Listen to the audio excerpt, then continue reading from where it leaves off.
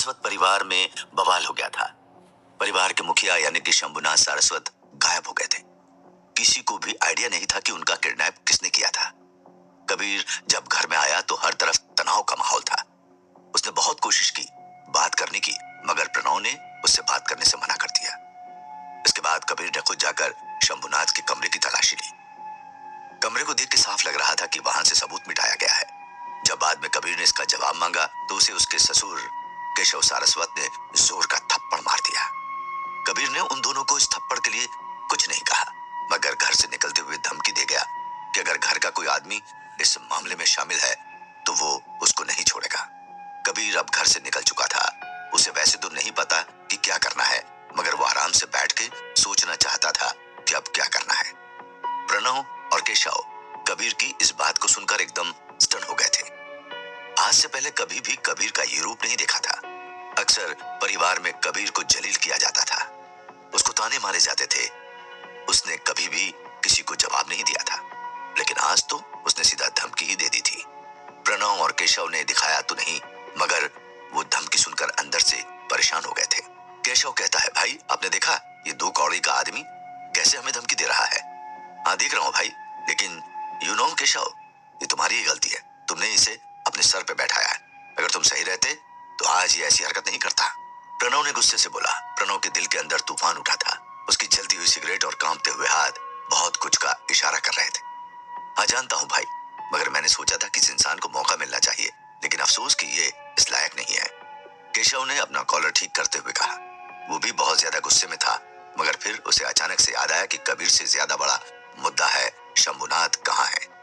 उसने फिर प्रणव को दोबारा पूछा, वैसे भाई क्या लगता है पापा कहाँ हो सकते हैं इस वक्त। पापा शब्द सुनकर प्रणव का ध्यान टूटा। वो कुछ सोच रहा था। फिर उसने केशव से पूछा, क्या कहा तुमने। यही कि पापा कहाँ हो सकते हैं इस वक्त, कोई आइडिया है या ये काम कौन कर सकता है। केशव ने अपने शब्दों को खींचते हुए कहा, नहीं भाई, मेरे को कोई आइडिया नहीं है कि वो कहाँ हो सकते हैं। प्रणव ने आराम से जवाब दिया। क्या किया जाए कुछ समझ नहीं आता। अगर मार्केट में बात आ गई तो। केशव की बात को काटते हुए प्रणव ने बोला, तो मार्केट में हमारा नाम खराब हो जाएगा, तो हमारे शेयर के प्राइस भी गिर जाएंगे। हमारी कंपनी के बर्बाद होने की बहुत ज्यादा गुंजाइश है। हाँ भैया बात तो सही है, केशव ने उदास मन से बोला। तुम परेशान मत हो केशव, मैं सब कुछ हैंडल कर लूंगा। बस तुम अपने सरफिरे दामाद को संभाल लो। कहीं ऐसा ना हो कि वो अपने हाथों अपनी जिंदगी का सौदा कर ले, प्रणव ने भारी आवाज में कहा। प्रणव की बात सुनकर केशव बहुत ज्यादा डरा हुआ था। कबीर जैसा भी हो, आखिर वो उसकी बेटी का पति था। अगर कबीर को कुछ हो जाता तो काजल को संभालना बहुत ज्यादा मुश्किल हो जाता। केशव ने कुछ कहा नहीं और पुलिस के पास चला गया। प्रणव अभी भी बालकनी में खड़ा होकर सिगरेट पी रहा था। कबीर जो अभी गुस्से में बाहर निकला था, वहीं घर के गार्डन में छिप के प्रणव और केशव की बातें सुन रहा था। कबीर को पूरा शक था कि दादाजी के गायब होने के पीछे प्रणव का ही हाथ है। जिस तरह वो एक एक कश का मजा ले रहा था, इससे साफ जाहिर था कि उसे कोई खास टेंशन या दुख नहीं है। लेकिन बिना सबूत के अभी कबीर कुछ नहीं कर सकता था। उसने गार्डन से आगे निकला और काजल को फोन करके बाहर बुलाया। वो जानता था कि उसको इस घर में कुछ भी करने की परमिशन नहीं मिलने वाली है, मगर काजल के साथ ऐसा नहीं है। वो सब कुछ कर सकती थी बिना किसी के शक में आए। कबीर को अभी हर हिसाब से सबूत चाहिए था। उसके लिए ये काम अभी और इसलिए भी फंस गया था क्योंकि पुलिस भी आ गई थी। पुलिस ने पूरे घर को सील कर दिया था और सभी सिक्योरिटी गार्ड को लाइन में खड़ा करके उसका बयान ले रही थी। कबीर को इस बात का यकीन था कि जरूर से सिक्योरिटी की टीम ने भी इस काम में किडनैपर्स का साथ दिया है। कुछ देर के इंतजार के बाद काजल बाहर आई और अपने साथ कुछ फाइल भी लेकर आई थी। कबीर ने हाथ में जब फाइल देखी तो उसने काजल से पूछा, किस तरह की फाइल है ये। काजल ने चुपके से उसके हाथ में फाइल देते हुए कहा, ये लो, इस फाइल में कुछ कंपनी की डील है, जिसको देख के लगता है कि दादाजी कुछ बड़ा प्लान कर रहे थे, मगर इस केस में इस चीज की क्या रिलेवेंस है काजल। कबीर ने परेशान होकर काजल से पूछा। देखो मुझे ज्यादा नहीं पता, मगर इसमें कुछ तो ऐसा होगा जिससे हमें मदद मिलेगी, काजल ने बोला। वो अभी भी इधर उधर देख रही थी। उसे डर था कि कोई उसे ये फाइल लाता हुआ ना देख ले। कबीर को समझ नहीं आ रहा था कि वो इस फाइल का क्या करेगा, मगर अभी के लिए उसने इसे रख लिया। बाद में उसने काजल को समझाया कि उसे क्या करना है।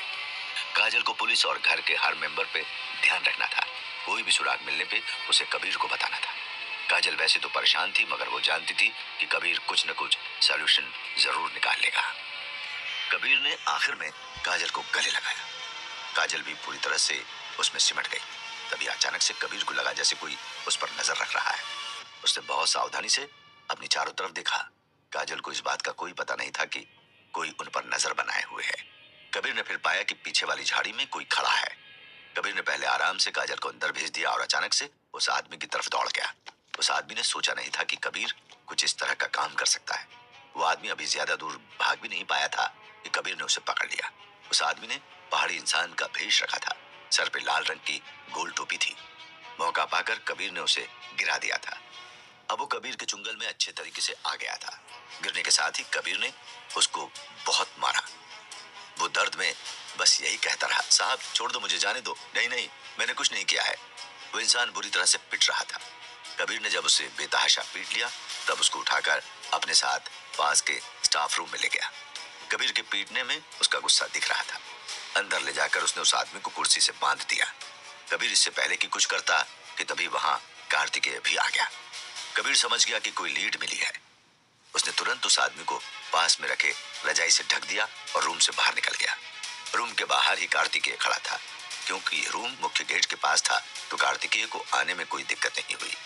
कबीर ने कार्तिकेय को देखते ही पूछा, क्या हुआ, कुछ लीड मिली है क्या? हाँ बॉस, लेकिन आप भरोसा नहीं करेंगे कि कैसी लीड मिली है। कार्तिकेय ने कहा, कैसी लीड मिली है? कबीर ने पूछा। बॉस, यहाँ जो कुछ भी हुआ है वो बहुत ज्यादा प्लान करके हुआ है। ये देखिए, दादाजी की कॉल डिटेल्स, इसमें 2 नंबर हैं जिससे दादाजी बहुत ज्यादा बात करते थे। कार्तिकेय ने कबीर को कॉल डिटेल्स दिखाते हुए बोला, तुमने चेक किया कि नंबर कहाँ के हैं और किसके हैं? कबीर ने आगे सुने बिना ही सवाल कर दिया। हाँ बॉस, एक नंबर नेपाल का है और दूसरा नंबर दुबई का है। नेपाल का नंबर तो किसी सुबेदी का है, मगर ये दुबई का नंबर पता नहीं किसका है। कार्तिकेय ने बोला, दुबई का नंबर ये थोड़ा अलग नहीं है? कबीर ने खुद से पूछा। उसके बाद वो फिर से कार्तिकेय से पूछने लगा, अच्छा ठीक है, और कोई डिटेल पता लगा क्या? हाँ बॉस, मैंने उनके कंपनी के अकाउंट को भी ऑडिट करने के लिए अपने कॉन्टेक्ट से बोल दिया है। हो सकता है कि हमें वहीं से कोई सुराग मिले। कार्तिकेय ने बोला, अच्छा तो ये बताओ कि तुमने कहा था कि ये प्लान करके किया गया है, तुम्हें ऐसा क्यों लग रहा है? कबीर ने कार्तिकेय से पूछा। देखिए बॉस, 2 बातें हैं जिससे लग रहा है कि सब कुछ प्लान है। कार्तिकेय ने बोला, क्या क्या? पहला ये कि शंभुनाथ बहुत दिनों से कहीं भी बाहर नहीं जा रहे थे, जो कि वो अक्सर ही निकल जाया करते थे। और दूसरा ये कि अचानक से कहीं का भी सिक्योरिटी फेल नहीं होता है।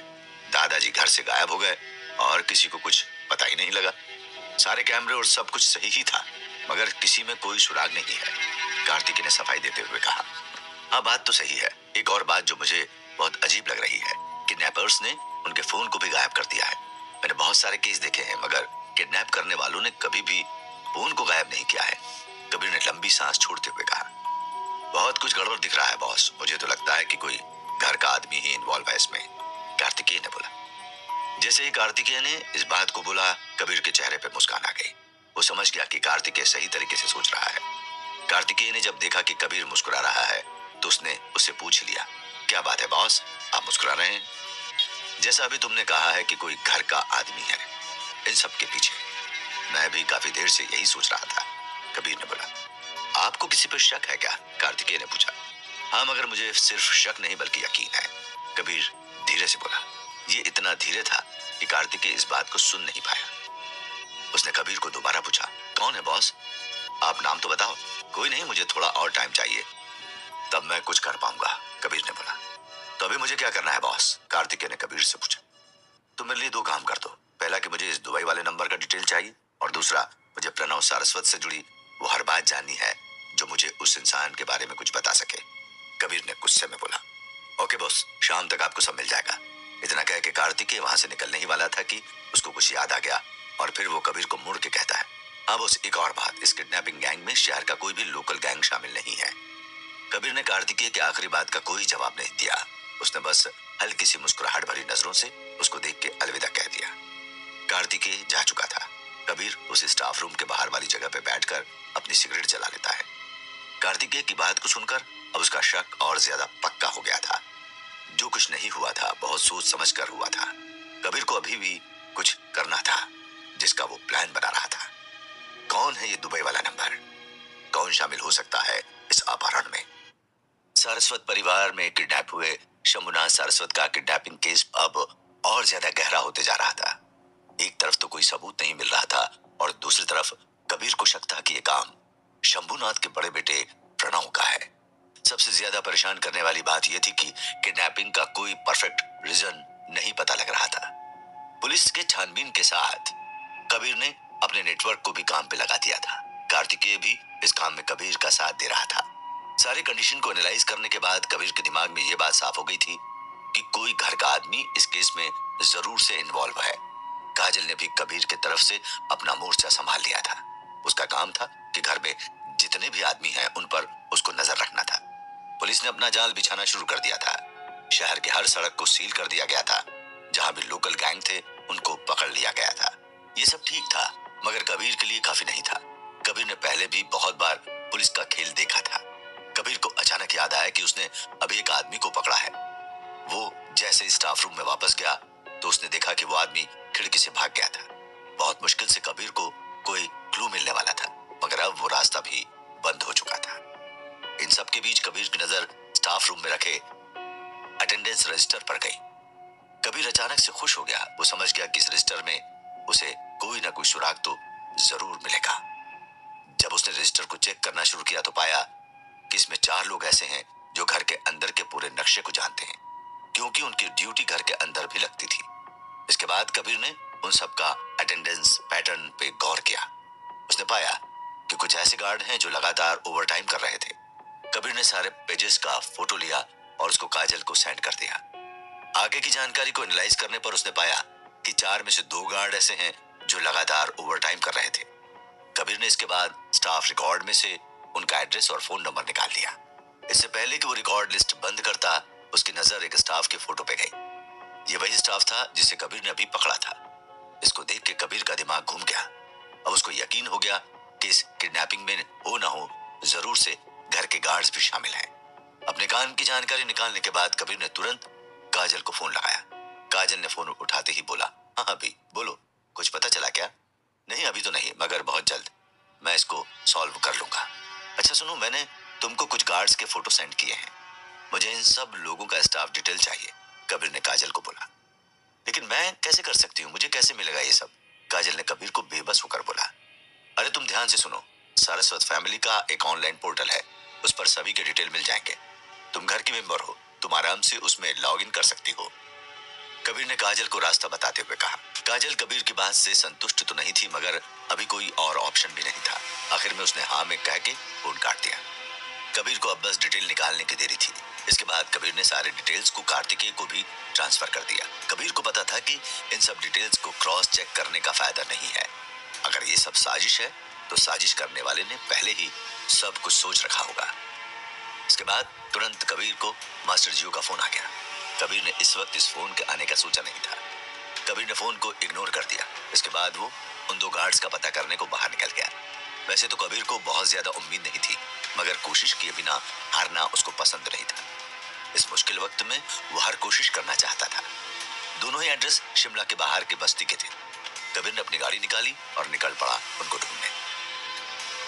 अब शाम होने को आ रही थी। कबीर रात होने से पहले उन दोनों को ढूंढना चाहता था। कबीर 45 मिनट के ड्राइव के बाद कबीर पहले एड्रेस पे आ गया था। उसके सामने कुछ बस्ती थी। यहाँ बहुत ज्यादा सन्नाटा भी था। कबीर एरिया देख के समझ गया कि यहाँ उसके साथ कुछ भी हो सकता है। ये बहुत गुमनाम इलाका था। बढ़ती ठंड के साथ यहाँ खतरा भी बहुत था। कबीर के लिए अभी दिक्कत ये थी कि यहाँ कोई उसे दिख नहीं रहा था जिससे वो एड्रेस पूछे। कुछ दूर आगे बढ़ने पर उसको एक आदमी मिला। जैसे ही कबीर उसके पास गया, उसने कांपती आवाज में कहा, बेटा तुम कबीर हो ना? उसकी इस बात को सुन कबीर समझ गया कि वो सही पते पे आया है। वैसे तो उसको ये बात अजीब लगी कि आदमी उसको कैसे जानता है। खैर, कबीर ने कुछ सोचने की जगह पर उस आदमी को हाँ बोलना बेहतर समझा। जैसे ही कबीर ने हाँ बोला, उस आदमी ने जोर के ठहाके लगाए और हंसते हुए बोला, जिस आदमी की तलाश में तुम आए हो वो सामने वाला घर उसी का है। इतना सुनते ही कबीर जैसे ही उस घर की तरफ आगे बढ़ा, उस आदमी ने फिर से कहा, वहां अब कोई नहीं मिलेगा, क्यों परेशान हो रहे हो? इस बात को सुनकर कबीर रुक गया। पीछे मुड़ के उसने उस आदमी से पूछा, तुम मुझे कैसे जानते हो और कौन हो तुम? सब कुछ पता लग जाएगा, ऐसी भी चीजें आराम से हो, तभी उसका मजा आता है। उस आदमी ने जमीन पर बैठते हुए कहा, देखो मुझे जल्दी है, मुझे बस इतना बता दो कि ये फोटो वाला आदमी कहाँ मिलेगा? कबीर ने उस आदमी से पूछा। ऊपर मिलेगा, वहां मिलेगा जहां कोई नहीं मिलता। क्या मतलब? उसका एक्सीडेंट हो गया और वो हम सबको छोड़ के चला गया। उस आदमी ने बहुत भारी आवाज में कहा। कैसे हुआ? मतलब आज तो उसने सुबह अटेंडेंस लगाई है। कबीर ने आश्चर्य में पूछा। कहाँ तो अटेंडेंस लगा चुका है वो। बहुत बड़ा अटेंडेंस लगाया है उसने, आदमी ने उखड़ते हुए कहा। वो सारस्वत परिवार में ही काम करता था ना? कबीर ने फिर से कंफर्म करने के लिए पूछा। पता नहीं कितने सारस्वत हैं, कौन सारस्वत है, यहाँ तो सब बस खून पीने वाले मच्छर लगते हैं, आदमी ने उदास मन से कहा। अच्छा, उसका कोई रिश्तेदार या कोई घर वाला है यहाँ पर? कबीर ने कुछ जानने की आखिरी कोशिश की। हाँ हाँ है ना, मेरे झोपड़े में बहुत से रिश्तेदार हैं उसके। भुखमरी नाम के चाचा हैं, बीमारी नाम की बीवी है, बेबसी नाम के छोटे बच्चे हैं। बोलो, किससे क्या पूछना है? कबीर उसकी बात सुनकर एकदम खामोश हो गया था। इससे पहले कि वो कुछ बोलता, सामने खड़े आदमी ने उसके हालात को समझ लिया और धीरे से बोला। दिल छोटा मत करो साहब, यहाँ की बहुत सी कहानी है। आप बोलो, क्यों तलाश रहे हो मेरे भतीजे को? कबीर ने आगे बढ़ के उस आदमी का हाथ पकड़ते हुए कहा। देखिए, मेरा इरादा आपको परेशान करना नहीं था। मेरे दादाजी किडनैप हो गए हैं, उसी सिलसिले में मैं यहाँ आया। मैं जानता हूँ, मुझे 2 दिन पहले से पता था कि कोई किडनैप होने वाला है, लेकिन मैं उसका नाम नहीं जानता हूँ, आदमी ने कहा। देखिए, मेरा भतीजा कुछ गलत लोगों की संगत में था। एक दिन की बात है, मैं जब काम से शाम को लौटा तो देखा कि कुछ लोग मेरे भतीजे से बात कर रहे थे और लोगों के हाथ में बंदूक थी और वो किसी को उठाने की बात कर रहे थे। आपने कुछ और नहीं सुना? मतलब किसको उठाने की बात कर रहे थे या कहाँ जाने की बात कर रहे थे? कबीर ने पूछा। नहीं साहब, मैंने जो सुना था वो आपको बता दिया, आदमी ने बोला। अच्छा, उनका हुलिया कुछ याद है या वो किस तरह की गाड़ी में आए थे? हाँ, वो सफेद कलर की गाड़ी में आए थे और गाड़ी के पीछे काले रंग का शेर बना था। और हाँ, उनमें से एक आदमी गाड़ी के अंदर बैठा था जिसके गले पे कुछ काला निशान था। आदमी ने अपने दिमाग पे बहुत जोर डालते हुए कहा। क्या आपने गाड़ी का नंबर प्लेट देखा था? कबीर ने पूछा। नहीं साहब, मुझे कोई जरूरत नहीं लगी थी, मगर उस नंबर प्लेट पर बहुत तड़क भड़क थी। मतलब आप लोग क्या कहते हैं उसे, हाँ, स्टाइल वाली थी। कबीर इन सब बात को अपने फोन में रिकॉर्ड कर रहा था। वो जानता था कि इन सब बातों का बहुत गहरा लिंक है। इसके बाद उसने उस आदमी को अपनी गाड़ी में बैठाया और पास की दुकान पे ले गया। आदमी का मन तो नहीं था जाने का, मगर उसने खुल के कबीर को मना भी नहीं किया। दुकान के कोने में बैठ के कबीर ने उसको चाय पिलाई। अब कबीर ने उसके सामने गन निकाल के रख दी। गन देख के उसकी हालत बहुत खराब हो गई थी। कबीर जानता था कि इससे उसके सामने बैठे आदमी की हालत खराब हो जाएगी। अब कबीर ने उससे फिर से प्रश्न पूछना चालू कर दिया। अच्छा, ये बताइए कि आपको मेरा नाम किसने बताया था? मेरे भतीजे ने बताया था कि आप आएंगे, आदमी ने डरते हुए कहा। कबीर उसकी बात को समझ नहीं पा रहा था। अगर उसका भतीजा एक दिन पहले मर चुका है तो उसने कैसे बता दिया कि कबीर नाम का इंसान आने वाला है? सामने बैठा आदमी समझ गया कि कबीर उसकी बात को समझ नहीं पा रहा है। उसने फिर उसको समझाते हुए कहा। मरने के 2 घंटे पहले उसका फोन आया था। उस दिन वो शराब के नशे में था। मैंने उसके बात पे इतना ध्यान नहीं दिया, मगर आज जब आप आए तो मुझे लगा शायद आप ही कबीर होंगे, इसलिए मैंने बस आपको पूछ लिया। कबीर के लिए खेल अब और भी अजीब होते जा रहा था, लेकिन कबीर भी कहाँ हार मानने वाला था। उसने एक लंबी सांस ली और आदमी से पूछा, आपका भतीजा कितने दिन से सारस्वत परिवार में काम कर रहा था? आदमी ने तुरंत कहा, 2 हफ्तों से।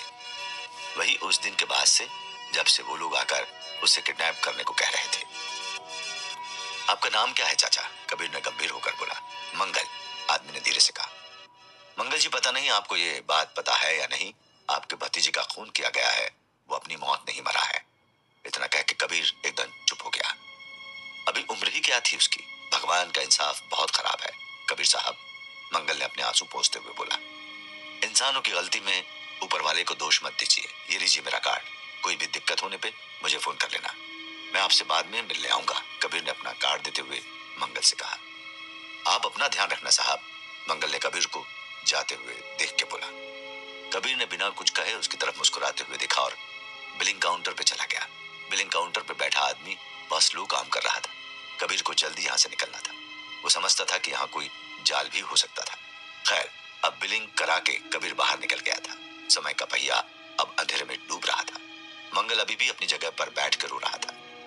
कबीर बाहर निकल के गाड़ी में बैठा ही था कि उसकी गाड़ी को पीछे से टक्कर मारी गई। ये टक्कर इतनी जोर की थी कि कबीर सामने वाले विंड स्क्रीन में जाकर लड़ गया। कबीर ने जब खुद को संभाला, उसके पीछे की गाड़ी भाग चुकी थी। वो तुरंत बाहर निकल के देखना चाहता था कि कौन है। जैसे ही वो बाहर आया, उसके ऊपर पीछे से आती गाड़ी में बैठे लोगों ने AK-47 से फायरिंग स्टार्ट कर दी। कौन है ये मंगल? आखिर इसका इस किडनैपिंग से क्या रिश्ता है? क्या ये सब कबीर के लिए प्लान किया गया था? क्या कबीर इस गोलीबारी को झेल पाएगा? सबूत की तलाश में कबीर शहर के कुछ बाहर आ गया था। यहाँ पर उसकी मुलाकात होती है मंगल से। ये उसी आदमी का रिश्तेदार था जिसको कबीर ढूंढते हुए इस जगह पे आ गया था। उस इंसान ने बताया कि उसका भतीजा अब इस दुनिया में नहीं है। कबीर को इस बात पे भरोसा नहीं हुआ क्योंकि आज सुबह ही उस आदमी ने अपना अटेंडेंस लगाया था। अब जो इंसान कल मर चुका था वो अटेंडेंस कैसे लगा सकता है? आगे पूछताछ करने पर कबीर ने पाया कि किडनैपर्स ने सफेद रंग की गाड़ी का इस्तेमाल किया है। इस केस में मंगल के भतीजे का सिर्फ इस्तेमाल किया गया था और काम हो जाने पर उसको मार दिया गया था। इन सब बातों को सुनकर मंगल बहुत ज्यादा दुखी हो जाता है। कबीर जानता था कि उसकी हालत क्या है, मगर वो कुछ कर नहीं सकता था। फिलहाल के लिए कबीर अब उस जगह से निकलने की प्लानिंग करता है क्योंकि उस जगह रहना अब सेफ नहीं था। जैसा कि कबीर ने सोचा था वो अभी वही। बाहर निकलने के साथ उसके ऊपर हमला हो गया। पहले किसी ने उसकी गाड़ी को पीछे से ठोक दिया और फिर बाद में AK-47 से उस पर बहुत सारी गोलियां बरसाई गई। इस हमले से वहां अफरा तफरी मच गई। कबीर को 2 गोली शरीर पे छूकर निकल गई थी। वो अभी भी सदमे में था। जो हुआ था वो खतरनाक होगा ये सोच पाना बहुत मुश्किल था।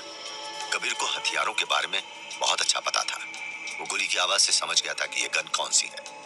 ऐसे भी उसका पूरा जीवन गन और बम के साथ ही निकला था। उसे बस इस बात से फर्क नहीं था कि उस पर हमला हुआ है। उसे इस बात से दिक्कत थी कि उस पर जो हमला हुआ था वो AK-47 से हुआ था। ये इस बात का भी इंडिकेशन था कि इसमें बहुत बड़े लोग इन्वॉल्व हैं। कार्तिकेय ने जो इन्फॉर्मेशन दी थी वो सही थी। इस केस में कोई लोकल गैंग शामिल नहीं है। लोकल गैंग AK-47 नहीं यूज करेगी। कबीर अभी अपनी गाड़ी के पीछे बैठा हुआ था। उसका चेहरा दर्द से भर गया था। इसके बाद वो धीरे से उठता है और अपने आसपास देखता है। वहां उसे कोई नहीं मिलता। गोलियों के शोर के बाद वहां बहुत शांति छा गई थी। बाहर का अंधेरा अब कबीर के जीवन में घुल रहा था। कबीर बहुत हिम्मत करके अपनी गाड़ी में बैठ गया था। इसके तुरंत बाद वहां एक और गाड़ी आती है। कबीर उस गाड़ी को देख के सावधान हो जाता है, मगर ये गाड़ी कबीर को पहचानती थी। ये कार्तिकेय की गाड़ी थी। वो अपनी गाड़ी से भागता हुआ आया। बॉस आप ठीक हो? कबीर ने मुस्कुरा के जवाब दिया। हाँ ठीक हूँ। ये खून कैसा? आपको गोली लगी है क्या? कार्तिकेय ने पूछा। नहीं बस छू कर निकल गई। तुम यहाँ कैसे? कबीर ने अपने हाथ से खून को रोकते हुए कहा। वो मैं आपको आराम से बताऊंगा, आप अभी चलो मेरे साथ, कार्तिकेय ने बोला। कहाँ चलना है? अच्छा ये बताओ पेन किलर है क्या तुम्हारे पास? कबीर ने कार्तिकेय से पूछा। तब उसके साथ का आया हुआ आदमी वहां जगह की तलाशी ले रहा था। कार्तिकेय को डर था कि वहां कोई और भी हो सकता है, इसलिए उसने आते ही बिना देर किए इलाके को छानने का ऑर्डर दे दिया था। हाँ बॉस गाड़ी में है, मैं लेकर आता हूँ, आप बाहर मत निकलना, कार्तिकेय ने कबीर से कहा और फिर अपनी गाड़ी में जाकर पेन किलर देखने लगा। कबीर को बहुत दिनों बाद गोली लगी थी। उसे अभी आगे के लिए खुद को बचा के रखना था। इस बीच कबीर ने अपना फोन निकाला और सारे रिकॉर्ड किए हुए ऑडियो को कार्तिकेय के नंबर पे सेंड कर दिया। कार्तिकेय ने उसको पेन किलर लाकर दे दी। उसको अपने साथ सारस्वत परिवार के घर पे लाकर छोड़ दिया। रास्ते में कबीर ने कार्तिकेय को जो भी बातें थी वो समझा दी। अब कबीर के पास बहुत अच्छा लीड था। कार्तिकेय ने भी प्रणव का सारा कॉल डिटेल निकाल लिया था। साथ में कार्तिकेय ने उसको बताया कि जो कुछ भी हो रहा है इसमें बिजनेस का बहुत बड़ा खेल शामिल है। कबीर इस बात को सुनकर शॉक हो गया। जैसा कि वो जानता था कि सारस्वत परिवार का सारा शेयर अभी शंभुनाथ सारस्वत के पास ही था। इन सबको संभालने की जिम्मेदारी प्रणव की थी। केशव को तो पहले ही कंपनी के बाहर का रास्ता दिखा दिया गया था। हर तरफ से सोचने के बाद भी कबीर को वो एंगल नहीं मिल पा रहा था कि कैसे इस किडनैपिंग के पीछे बिजनेस का खेल है। अगर सच में बिजनेस का खेल है तो फिर पूरे घर में सिर्फ एक ही आदमी है जो काम कर सकता है, केशव सारस्वत। कबीर के दिमाग में बहुत सारी बातें चल रही थी। एक तरफ ये परिवार के लोगों ने अलग परेशान किया था और दूसरी तरफ ये किडनैपर ने अलग मामला बना दिया था। इन सब के बीच कबीर और कार्तिकेय हंसते जा रहे थे। एक और बात जो कबीर अभी समझ पा रहा था कि जो कुछ भी किया गया है वो सब इस हिसाब से किया गया है कि कबीर को इस बात का एहसास हो। कोई जानकर कबीर को इनवाइट कर रहा था इस केस को सॉल्व करने के लिए, क्योंकि अगर मंगल के भतीजे ने किडनैपिंग के पहले ही मंगल को बताया था कबीर के बारे में तो मामला साफ था। यही सब सोचते सोचते कबीर अब अपने घर पे आ गया था। कार्तिकेय ने बहुत सावधानी के साथ उसको घर के अंदर कर दिया। कबीर ने याद से अपना गन कार्तिकेय को दे दिया था। अगर काजल इस गन को देख लेगी तो बहुत ज्यादा दिक्कत हो सकती थी। घर का एटमॉस्फेयर बहुत ज्यादा भयानक दिख रहा था। घर के बाहर 2 पुलिस के आदमी भी थे, शायद उनको पहरा देने के लिए रखा गया था। उसने ये भी देखा कि प्रणव सारस्वत बाहर ही था, वो गार्डन में किसी से बात कर रहा था। कबीर ने किसी से बिना कुछ कहे अपना फोन निकाला और काजल को कॉल किया। हेलो काजल, कहाँ हो अभी? कबीर ने बोला। हाँ, मैं अभी अपने घर पे हूँ, आप कहाँ हो? काजल ने कबीर से पूछा। मैं भी आ गया हूँ, कुछ देर में घर आता हूँ, कबीर ने काजल को बोला। ठीक है, जल्दी आओ, मैं घर पे अकेली हूँ, काजल ने चिंता में बोला। उसकी आवाज में छुपे डर को कबीर महसूस कर पा रहा था। ठीक है जान, तुरंत आया, कबीर ने इतना कह के फोन काट दिया। कुछ देर बाद कबीर चुपके से अपने घर की तरफ निकल गया। अभी वो किसी से बात नहीं करना चाहता था, इसलिए भी वो बचते हुए वहां से निकल गया। कबीर ने जब देखा कि उसके घर के बाहर भी 2 पुलिस के गार्ड्स खड़े हैं, उसका दिमाग खराब हो गया। अब अगर वो उनके सामने घर के अंदर आता तो हो सकता था कि गार्ड्स को उस पर शक हो जाए। दरअसल कबीर के कपड़ों पे खून लगा था। खून देख के पुलिस के आदमी जरूर से पूछते कि ये सब कैसे हुआ। इन सब से बचने के लिए कबीर ने एक प्लान बनाया। प्लान को रेडी करने के बाद वो सीधा उन पुलिस के आदमियों की तरफ बढ़ गया, जैसा कि उम्मीद थी। एक पुलिस के आदमी ने उसका रास्ता रोकते हुए पूछा, कौन हो तुम? ये खून कहाँ से आया? कबीर ने जवाब देने के पहले डरने का नाटक करते हुए बोला, सर मेरा एक्सीडेंट हो गया था, इस वजह से खून लगा है। मुझे बहुत सारी चोटें आई है और मैं काजल सारस्वत का पति हूँ। पुलिस वाले ने इस बात को सुन के बहुत अजीब सी शक्ल बनाई। उसका चेहरा ऐसा था जैसे वो भरोसा नहीं करते हुए भी भरोसा कर रहा कबीर की बात पर। इतने में काजल भी अंदर से आ गई। उसने पुलिस को कंफर्म किया कि कबीर उसका पति है। आखिर में अब पुलिस के पास कोई सवाल नहीं बचा था तो उन्होंने कबीर को अंदर जाने दिया। अंदर आते ही काजल ने कबीर को जोर का हक किया। काजल की पकड़ इतनी मजबूत थी कि कबीर के जख्म दुखने लगे। कबीर ने ऐसे तो कुछ नहीं बताया कि उसके साथ क्या हुआ है, मगर काजल ने उसके भाव को महसूस कर लिया। उसने कबीर को गले लगाते हुए पूछा, क्या हुआ है आपको? आप ठीक नहीं लग रहे हो। कुछ खास नहीं, बस थोड़ी चोट लग गई है, कबीर ने बोला। कैसी लगी चोट, सच बताओ, काजल ने शक करते हुए पूछा। अरे मेरी जान, कुछ खास नहीं, बस छोटा सा एक्सीडेंट हो गया था। कबीर के मुंह से इतना सुनते ही काजल ने उसको खुद से अलग कर दिया और उसके शरीर को ठीक से देखा। उसको कबीर के शरीर पर बहुत सारा खून दिखा। खून अब सूख गया था। काजल इसको देखते ही डर के रोने लगी। कबीर सब कुछ देख सकता था मगर उसकी आंखों में आंसू नहीं देख सकता था। कबीर ने तुरंत काजल को गले लगाते हुए चुप कराया। इसके बाद जब काजल थोड़ा नॉर्मल हो गई तो कबीर फ्रेश होने चला गया। सारे सबूत को एक साथ रख के कुछ जानने से पहले उसने फ्रेश होने का फैसला किया था। ऐसे भी वो सुबह से बाहर ही घूम रहा था। एक अच्छा फैसला अस्थिर दिमाग से ही लिया जा सकता है। करीब आधे घंटे के बाद कबीर फ्रेश होकर आ गया था।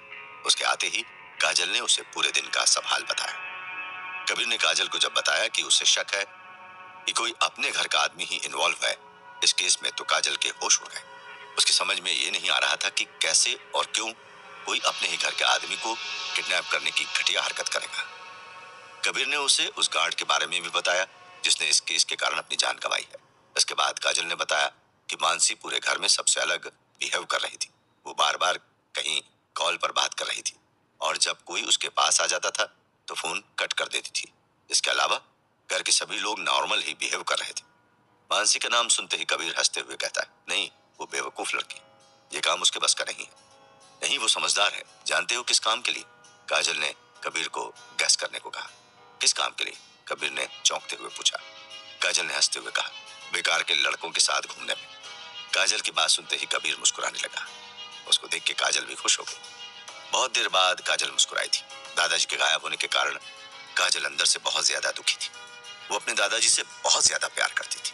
आखिर दादाजी ने घर भर में सबसे ज्यादा उसको ही प्यार किया था।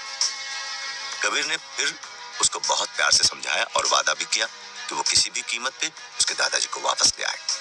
इस काम के लिए उसने काजल से 2 दिन का समय मांग लिया। रोती हुई काजल उसके हाँ में हाँ मिलाकर बात करते करते सो गई।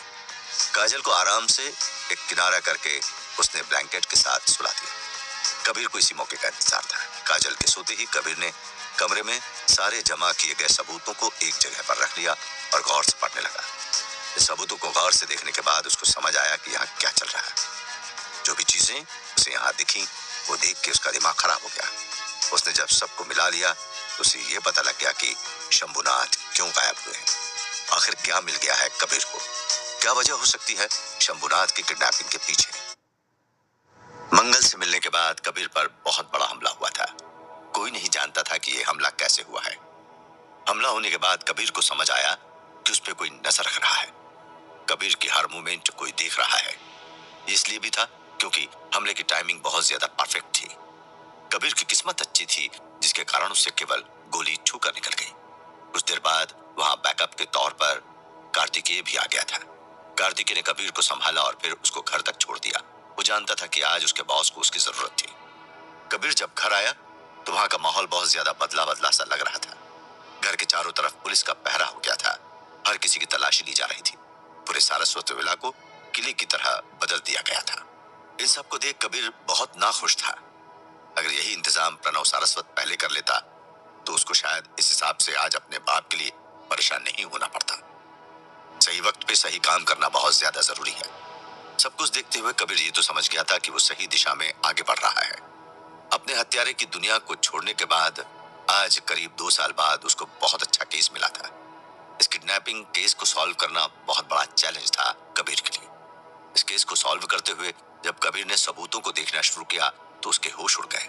सबसे अजीब बात लग रही थी कि किस रोटेशन में सिक्योरिटी गार्ड्स को रेगुलेट किया गया था। ज्यादातर किसी एक ही गार्ड को क्यों ड्यूटी दी जा रही थी। कबीर ने यह भी पाया कि जिस सिक्योरिटी गार्ड को वो तलाशने गया था उसके आधार कार्ड पे जो इंसान है वो असल में काम कर रहे गार्ड से थोड़ा अलग दिखता है। यानी कि गार्ड की भर्ती हुई थी, वो कोई गार्ड नहीं था। वो एक बहरूपिया था जिसका काम इतना ही था कि उसे शंभुनाथ को इस घर से गायब करना था। इस काम को करने के बाद किडनैपर्स ने असली आदमी को भी मार दिया, यानी कि मंगल के भतीजे को। किडनैपर की प्लानिंग देख के कबीर समझ गया कि किडनैपर कोई आम गुंडा नहीं है, वो सच में एक प्रोफेशनल है। जिस तरीके से शंभुनाथ को गायब किया गया है वो सच में कबीर के हिसाब से एक्स्ट्रा ऑर्डिनरी था। देखने वाली बात यह भी है कि सिक्योरिटी डिपार्टमेंट का हेड 2 हफ्ते से लीव पे था। इस बात को साफ तौर से मेंशन किया गया था कि उसको कोई इमरजेंसी काम था, इसलिए वो अभी गायब हो गया था। आगे जब कबीर ने शंभुनाथ के कॉल डिटेल्स को प्रणव के कॉल डिटेल्स से मिलाया तो उसको फिर से 2 नंबर कॉमन में मिले। एक तो वो दुबई का आदमी था और दूसरा सुबेदी परिवार का था। इससे ये बात साफ हो गई थी कि कोई बात ऐसी थी जिससे प्रणव और शंभुनाथ एक साथ परेशान थे। इनफैक्ट किडनैप होने के पहले सबसे ज्यादा फोन सुबेदी परिवार में ही किया गया था। आखिरी के 1 हफ्ते में शंभुनाथ ने करीब 10 घंटे की बात सुबेदी परिवार से की थी। वहीं प्रणव के कॉल डिटेल में सबसे ज्यादा कॉल किसी कंपनी के आदमी को की गए थे। आगे बढ़ते हुए कबीर को उस लिस्ट में 2 ऐसे नाम दिखे जिससे कि उसकी पूरी थकान दूर हो गई। ये नाम थे अभय वालिया और मनोज वालिया। कबीर अभय को जानता था मगर मनोज वालिया को नहीं जानता था, लेकिन उसे इतना याद आ रहा था कि ये नाम भी उसने कहीं सुन रखा है। जैसे ही कबीर को ये नाम दिखा उसने हल्के से खुद से कहा, बेवकूफ पैसे वाला लड़का। आगे और देखने पे उसको कोई ऐसा नाम नहीं मिला जिस पर वो शक करे, लेकिन उसका दिमाग अब खराब होने लगा था क्योंकि जहां तक उसे पता था अभय वालिया ने सारस्वत परिवार से अपनी दूरी बना ली थी, यानी कि अब उसका इस परिवार से कोई लेना देना नहीं था। ऐसे भी सोफिया ने उसको जिस तरह के केस में फंसाया था उस केस के बाद अभय के लिए शहर में कोई रास्ता नहीं बचा था।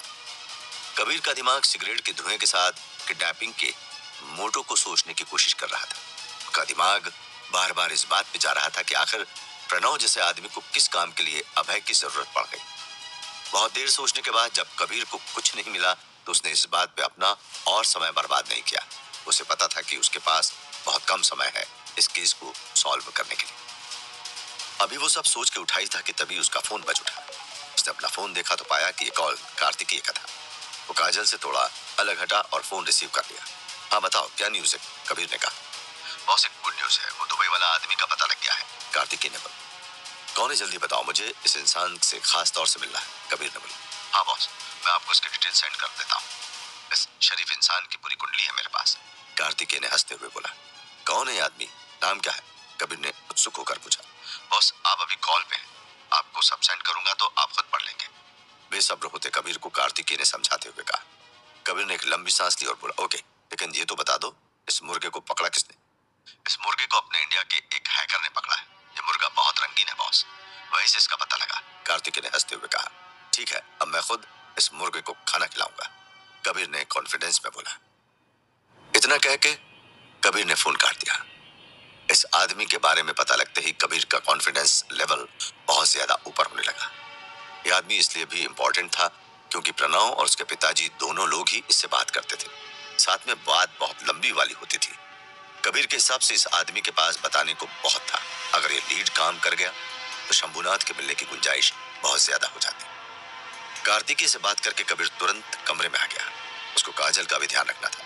जैसे ही वो बेड पे बैठा, उसके फोन पे मैसेज आया। जैसी उम्मीद थी, कार्तिकेय ने इसको सेंड किया था। कबीर ने एक्साइटमेंट में इसको खोल के देखा। ये किसी डॉक्टर का प्रोफाइल था। इसमें डॉक्टर का नाम यासीब अख्तर था। ये बहुत नामचीन डॉक्टर था। अक्सर अमीर लोग इस डॉक्टर से अपना इलाज कराते थे। केवल शिमला के ही नहीं, बल्कि देश के बहुत से बड़े लोग, चाहे वो फिर इंडस्ट्रियलिस्ट हों या पॉलिटिशियन, हर तरीके के लोग इस डॉक्टर के क्लाइंट थे। ये डॉक्टर हफ्ते में 2 दिन के लिए इंडिया से ऑपरेट करता था और बाकी दिन ये दुबई से ही काम करता था। कबीर इस डॉक्टर की प्रोफाइल को देख के बहुत ज्यादा खुश हो गया था। इस इंफॉर्मेशन के साथ कबीर कम से कम इतना तो समझ पाया था कि ये डॉक्टर अगर चाहे तो उसकी बहुत ज्यादा मदद कर सकता है। शंभुनाथ सारस्वत को हाई ब्लड प्रेशर था। उनकी इस बीमारी को इस डॉक्टर ने बहुत हद तक कंट्रोल कर दिया था। कबीर इससे पहले कि कुछ और पढ़ पाता, काजल उठ गई थी। शायद से उसने कोई डरावना सपना देखा था। कबीर ने अपना मोबाइल रख के उसको जल्दी से दिलासा दिया और उसको दोबारा सुला दिया। इसके बाद कबीर ने दोबारा अपना मोबाइल उठाया और सर्च करने लगा। आगे उस डॉक्टर की फैमिली डिटेल और पुराने टाइम की इंफॉर्मेशन थी। यहाँ पर एक और बात मेंशन थी कि डॉक्टर यासीब अख्तर की इंटरनेशनल लेवल पे बहुत सारे कॉन्टैक्ट थे। डॉक्टर के साथ साथ वो एक सोशल वर्कर भी था। उसके नाम बहुत सारे इंटरनेशनल अवार्ड्स भी थे। इन बातों से कबीर को ये समझ आ गया कि इस इंसान से मिलना बहुत ज्यादा जरूरी है। एक ऐसे साथी, इस इंसान से मिलना बहुत ज्यादा मुश्किल है। इससे पहले कि कबीर कुछ सोचता, काजल ने पीछे से कहा, डॉक्टर यासीब अख्तर को आप क्यों देख रहे हैं? अचानक से काजल की आवाज सुनकर कबीर की सांस ही रुक गई। उसने खुद को तुरंत नॉर्मल किया और बोला, ऐसे ही, कोई खास बात नहीं। मुझे पता है मेरा पति कोई भी काम यूं ही नहीं करता। बताओ क्या बात है? काजल ने कबीर से कहा। पहले तो कबीर ने सोचा कि वो बहाना मार के बच जाएगा, मगर काजल भी कहाँ मानने वाली थी। उसने ऐसी जिद पकड़ ली कि कबीर को मानना ही पड़ा। इसके बाद कबीर ने काजल को सब समझाया कि वो कैसे उसके दादाजी को तलाश कर रहा है। उसके पास जितने भी लीड थे, उसने उन सबको ध्यान से काजल को दिखाया। काजल ने जब कबीर की रिसर्च को देखा तो उसके 12 बज गए। उसे समझ नहीं आ रहा था कि कबीर ने आखिर इतना सबूत कहां से जमा किए थे। वो कबीर से कुछ सवाल करती, इससे पहले ही कबीर ने काजल से सवाल कर दिया, तुम इस डॉक्टर को कैसे जानती हो?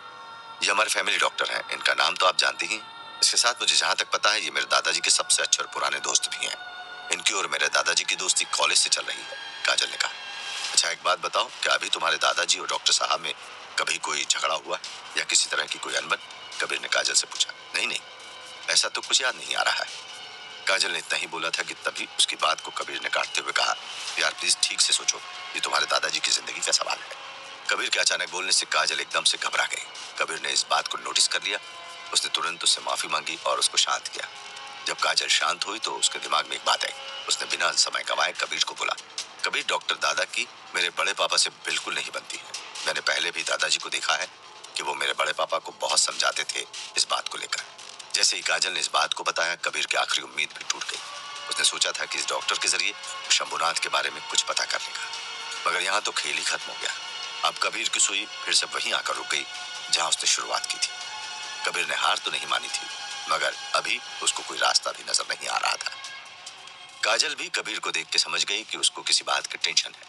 उसने फिर से कबीर के हाथ को अपने हाथ में लिया और बोली, आप परेशान मत हो, मैंने सुबह ही डॉक्टर दादा को कॉल किया था, वो यहाँ कल आ रहे हैं। कबीर इस बात से खुश हो गया। अब कम से कम उसने ये सोचा था कि अगर इस डॉक्टर से बात करके कुछ पता लग पाए तो अच्छा होगा। कबीर अंधेरे में तीर चलाने की कोशिश कर रहा था। काजल ने उसे फिर से समझाया कि उसको कल का इंतजार करना चाहिए और वक्त के हिसाब से काम करना चाहिए। कबीर ने भी सिर हिला के उसकी बात का समर्थन किया, मगर अंदर से उसकी अंतरात्मा शांत नहीं थी। वो अभी अपने बिस्तर पर लेटा ही था कि घर के दरवाजे पर किसी ने नॉक किया। काजल ने घड़ी देखी तो रात के 11 बज रहे। कबीर ने आधे अधूरे मन के साथ जाकर दरवाजा खोला। सामने पुलिस की टीम थी और उसके साथ प्रणव भी था। कबीर उनको देख के चौंक गया। सबसे आगे खड़े पुलिस वाले ने कहा, mister Kabir, you are under arrest. क्यों पुलिस आई थी कबीर को पकड़ने? आखिर किसने किया था पुलिस को इस काम के लिए तैयार? क्या पुलिस को कोई सबूत मिला था? क्या था पुलिस का प्लान? हर एक बीतते पल के साथ शंभुनाथ सारस्वत का केस बहुत उलझते जा रहा था। एक तरफ पुलिस और एक तरफ कबीर अपने अपने तरीके से इस केस को सॉल्व करने की कोशिश कर रहे थे। कोई नहीं जानता था कि इस केस में आगे क्या होने वाला है। इस केस की सबसे अजीब बात थी कि किडनैपिंग के 24 घंटे बाद भी किसी किडनैपर का फोन नहीं आया था। किसी तरह की कोई डिमांड नहीं हुई थी। इस सब के बीच सबूत जमा करने की कोशिश में कबीर पे जानलेवा हमला भी हुआ। वहां से बच के आने के बाद उसने घर से ही सारे सबूतों को जोड़ना शुरू किया। सबूतों को देखते हुए ये बात साफ थी कि सब कुछ बहुत सोच समझ के हो रहा है। कबीर ने सिक्योरिटी गार्ड की चोरी पकड़ ली थी। इसके अलावा कार्तिकेय ने जिस आदमी का डिटेल सेंड किया था वो कोई दुबई का डॉक्टर था। साथ ही वो शंभुनाथ का बहुत अच्छा दोस्त भी था। इससे कि कुछ होता, कबीर को पुलिस ने अरेस्ट कर लिया। काजल ये देख के बहुत ज्यादा हैरान थे कि कबीर को पुलिस ने क्यों अरेस्ट किया है, वो भी रात के 11 बजे। पुलिस की टीम के साथ यहाँ प्रणव सारस्वत भी आया था। प्रणव को देखते ही कबीर समझ गया कि उसको जानबूझकर इस खेल में फंसाया जा रहा है। उसने एक मुस्कुराहट के साथ खुद को पुलिस के हवाले कर दिया। वही जब काजल ने पुलिस से पूछा कि क्या बात है, तो पुलिस ने उसे बताया कि कुछ पूछताछ करना है। काजल बहुत ज्यादा डर गई थी। इसके बाद वहाँ केशव सारस्वत भी आ गया, यानी कि काजल के पिता। उन्होंने आते ही अपनी बेटी का हाथ अपने हाथ में लिया और उसको शांत रहने को कहा। काजल ने अपने पापा को देखते हुए कहा, पापा ये लोग कबीर को क्यों ले जा रहे हैं, आप कुछ करिए ना। नहीं बेटा, पुलिस के मामले में मैं कुछ नहीं कर सकता हूँ, आप परेशान मत हो, हम उसको कल वापस लेते आएंगे, केशव ने कहा। इतना कह के केशव ने काजल को फिर शांत रहने को कहा। काजल का मन तो शांत नहीं था, मगर वो अभी उसने खुद को रोक लिया। अगर ज्यादा ड्रामा हो जाता तो शायद कबीर के लिए मुश्किलें ज्यादा हो जाती।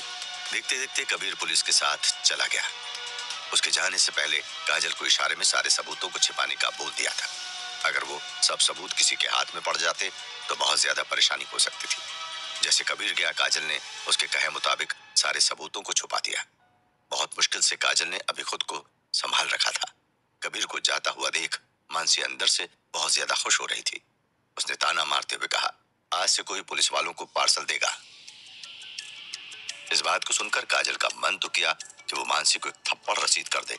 वहीं दूसरी तरफ घर का कोई इंसान काजल के सपोर्ट में नहीं था। सबके चेहरे पर एक तरह की खुशी थी। कबीर को पहले भी सारस्वत परिवार में कोई पसंद नहीं करता था। अब जब उसे पुलिस पकड़ के ले गई थी तो किसी को कोई दिक्कत नहीं हुई। कबीर की कहानी बहुत गजब का मोड़ ले रही थी। कबीर के जाने से सबसे ज्यादा खुश थे केशव सारस्वत और प्रणव सारस्वत। अभी तो उनको देख के लग रहा था कि उनको जितना अपने पिता के जाने का दुख नहीं है, उतना उनको कबीर के जाने की खुशी है। दोनों भाई एक साथ बड़ी हवेली की तरफ निकल गए। प्रणव ने घर में कदम रखते ही बोला, भाई आज कितनी शांति लग रही है ना यहाँ पर। हाँ भैया, आज लगता है पूरा घर खिल उठा है, केशव ने बोला। मैंने तो पहले ही कहा था कि इस कबीर नाम के कचरे को अपने घर से बाहर फेंकना अच्छा है, प्रणव ने गुस्से में कहा। भैया मगर अभी भी एक टेंशन है, केशव ने प्रणव को टोकते हुए कहा। यार अब क्या है, आओ पहले जाम का मजा लिया जाए, इसके बाद सोचते हैं कि तुम्हारे टेंशन को कैसे टेंशन दिया जाए। इतना कह के प्रणव सीधा ड्राइंग रूम में निकल गया। उसके पीछे पीछे केशव भी चला गया। दोनों ही जानते थे कि कबीर को इतनी आसानी से घर से बाहर नहीं निकाला जा सकता है। जाम की बोतल खुलते ही प्रणव ने कहा, बताओ भाई अब किस बात का टेंशन है। भैया अभी तो हमने इंस्पेक्टर से बोल के कबीर को बाहर निकाल दिया है, मगर आखिर कितने दिन तक, मतलब कितने दिन तक हम उसे बाहर रख सकते हैं, केशव ने शराब का प्याले को उठाते हुए कहा। यार देखो, हम में से कोई नहीं जानता है कि पापा कहाँ है। जब तक वो मिल नहीं जाते हम इस कबीर को घर के बाहर रख सकते हैं, प्रणव ने कहा। मगर भैया ये बात तो हम जानते ही हैं कि कबीर का किडनैपिंग से कोई लेना देना नहीं है। अगर सबूत नहीं मिले तो वो छूट जाएगा, केशव ने अपना संदेह जाहिर करते हुए बोला। यार तू बहुत ज्यादा टेंशन लेता है, कम सोचा कर, समझा। मैंने इंस्पेक्टर से बोला है उसको पुलिस स्टेशन में नहीं बल्कि कहीं और रखे, यानी कि अब शराब का नशा प्रणव पे हावी हो रहा था। वो अपनी ही बात में उलझ रहा था। उलझते हुए उसने बोलना जारी रखा, यानी कि अरेस्ट ऑफिशियल नहीं है, वो उसको बस परेशान करने के लिए ले गए। तो इससे क्या होगा, वो गधा वापस से आ जाएगा और हमारे सर पे बैठ के नाचेगा, केशव ने गुस्से में कहा। अरे यार फिर वही बात, जब तक कबीर पुलिस के पास है तब तक मैं उसके खिलाफ में इतने सबूत बना दूंगा कि उसको कोई नहीं बचा पाएगा, बस फिर अपना काम हो जाएगा, प्रणव ने कहा। लेकिन काजल की जिंदगी से वो कहाँ जाने वाला है, केशव ने बोला। यार अगर एक बार हम ये प्रूफ दे सकें कि पापा की किडनैपिंग में उसका ही हाथ है तो काजल भी उससे नफरत करने लगेगी। उसके बाद उस मनहूस को कोई नहीं बचा पाएगा, प्रणव ने केशव को समझाते हुए कहा। हाँ भैया बात तो आपकी सही है, मगर मगर पापा कहाँ है ये कैसे पता लगेगा, केशव ने दुखी मन से कहा। मिल जाएंगे यार, दिल्ली से स्पेशल अफसर आ रहे हैं, कोई ना कोई तो सुराग मिल ही जाएगा, तू परेशान मत हो मेरे भाई, प्रणव ने कहा। दूसरी तरफ कबीर को पुलिस ने पुलिस स्टेशन के पास वाले पुराने क्वार्टर में बंद कर दिया था। ये बहुत पुराने जमाने का क्वार्टर था। शायद यहाँ पहले कभी पुलिस स्टेशन हुआ करता था, मगर अब ये एक जर्जर बिल्डिंग थी। इस बिल्डिंग का दरवाजा भी बहुत खराब हालत में था। कबीर अभी पुलिस के किसी भी बात का विरोध नहीं कर रहा था। वो ये बात जानना चाहता था कि या तो किसी के कहने पे पुलिस ने उसे पकड़ा है, या फिर मीडिया और समाज को दिखाने के लिए कई बार पुलिस इस तरह की नकली गिरफ्तारी का सहारा लेती है।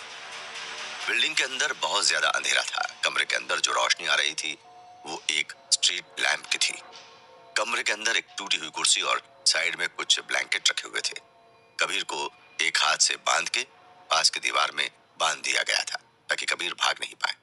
मगर पुलिस को कहाँ पता था कि कबीर खुद भी कभी नहीं भागना चाहता है। अगर वो इस जगह से भागा तो जो अभी शक होगा वो यकीन में बदल जाएगा। कबीर को अभी बहुत ज्यादा ठंड लग रही थी। उसने पास में रखे कंबल से खुद को ढक लिया। जो पुलिस वाले उसको यहाँ लेकर आए थे वो उसे देख के हंस रहे थे। कबीर की नजर भी उन पर थी। कबीर उनकी हर बात को गौर से देख रहा था। वो इस बात की ताक में था कि कभी ये पुलिस वाले कुछ रिलैक्स हो जाएं और कबीर को कोई मौका मिल जाए कि वो कार्तिकेय को फोन कर सके। मन ही मन कबीर मुस्कुरा भी रहा था। जिस आदमी को आज तक कोई नहीं पकड़ पाया था, उस आदमी को आज एक झूठे केस में पुलिस ने अंदर किया था। उसके कमरे के बाहर पुलिस वाले अंगीठी पे ठंड का सामना कर रहे थे। रात के बढ़ने के साथ ठंड बहुत ज्यादा हो गई थी। कबीर बाहर ही देख रहा था कि तभी उसको ऐसा महसूस हुआ कि बाहर 2-3 गाड़ियां आई है। कबीर जिस जगह पे था उस जगह से ये तो नहीं देख पा रहा था कि गाड़ी किसकी है। बंधे होने के कारण वो बहुत ज्यादा आगे नहीं बढ़ सकता था। गाड़ियों के रुकने के तरीके से कबीर को पता लग गया कि जो कोई भी आया है वो बहुत बड़ा इंसान है और बहुत पावरफुल भी है। गाड़ियों के आते ही जो पुलिस वाले अंगीठी के पास बैठ के ठंड का मजा ले रहे थे वो अचानक से हरकत में आ गए।